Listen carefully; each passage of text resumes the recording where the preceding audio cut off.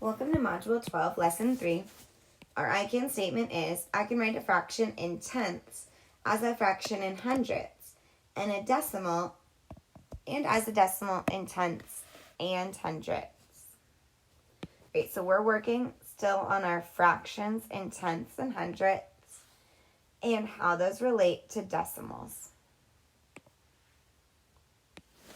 Number 1. Joel spends 3/10 hours shopping for groceries at the supermarket. How can you represent the time spent as a mixed number in hundredths and as a decimal in hundredths? Okay, well, let's think about this. We know he spends 1 whole hour and 3/10 of an hour. How many hundredths of an hour does he spend? Well, he spends 0 hundredths. So if we were to write this as a decimal using hundredths, it would look like that.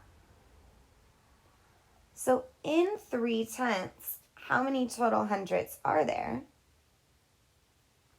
There's 30 hundredths. So if I wanted to write that as a mixed number, it would look like 1 and 30 hundredths. Now I can also show that using multiplication to create an equivalent fraction. So I have my 1 whole, and I can take my 3/10, and I want this to equal 1 and some amount of hundredths. I need to multiply my denominator by 10 to get a denominator of 100. So I also must multiply my numerator. So remember, when we multiply a fraction to find an equivalent fraction, we need to multiply by a fraction equivalent to 1, like 10/10. And that will give us 1 and 30 hundredths. So let's answer letter A. What is the relationship between tenths and hundredths? Well, what do we know about tenths and hundredths? 1/10 is equal to how many hundredths? If you think about 1/10 on a hundredths model, right? There are 10 hundredths in each tenth.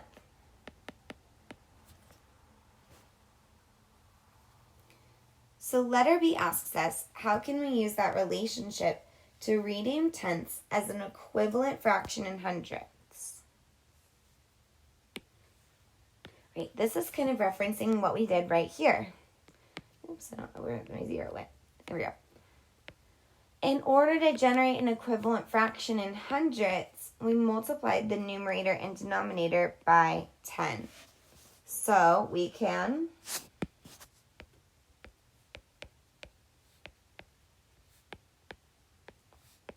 rename a fraction in hundredths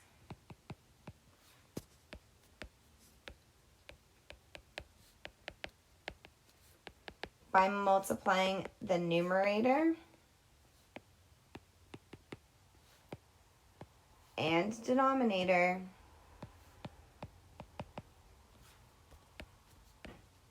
by 10.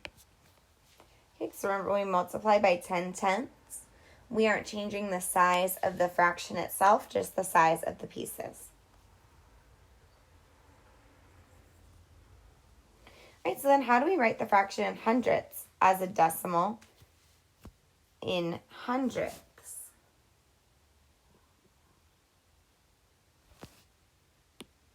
Well, we can think about our place value chart here, right? We know that we had 1 and 3/10 or 1 and 30 hundredths.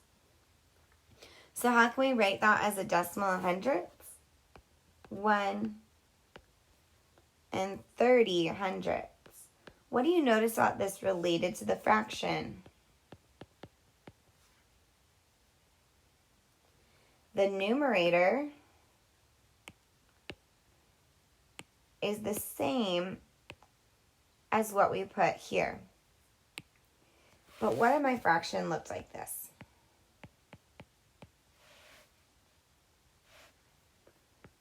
Would that look like that? No, it would not. It would be 5 hundredths. This is 1 5/10.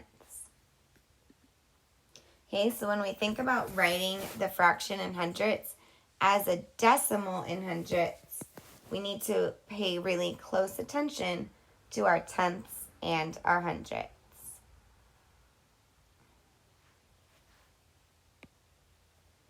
All right, let's go and do the second one. Pam walks with her mother from the market to her home.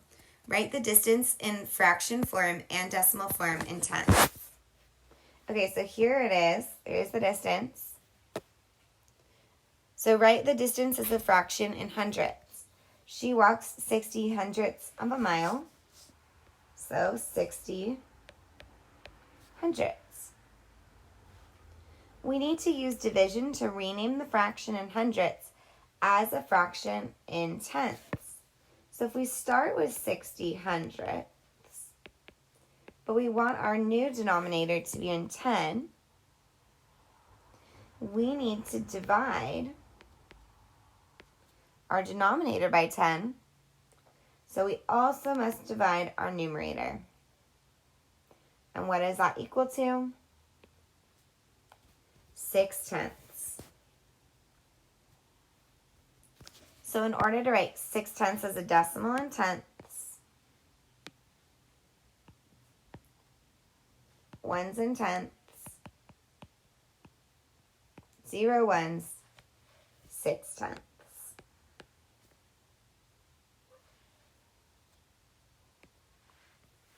All right, go ahead and complete the check understanding. Press pause and press play when you're ready to check your work. Let's go ahead and check our work. For number 1, our fraction is 20 hundredths of a liter, and our decimal is 20 hundredths of a liter.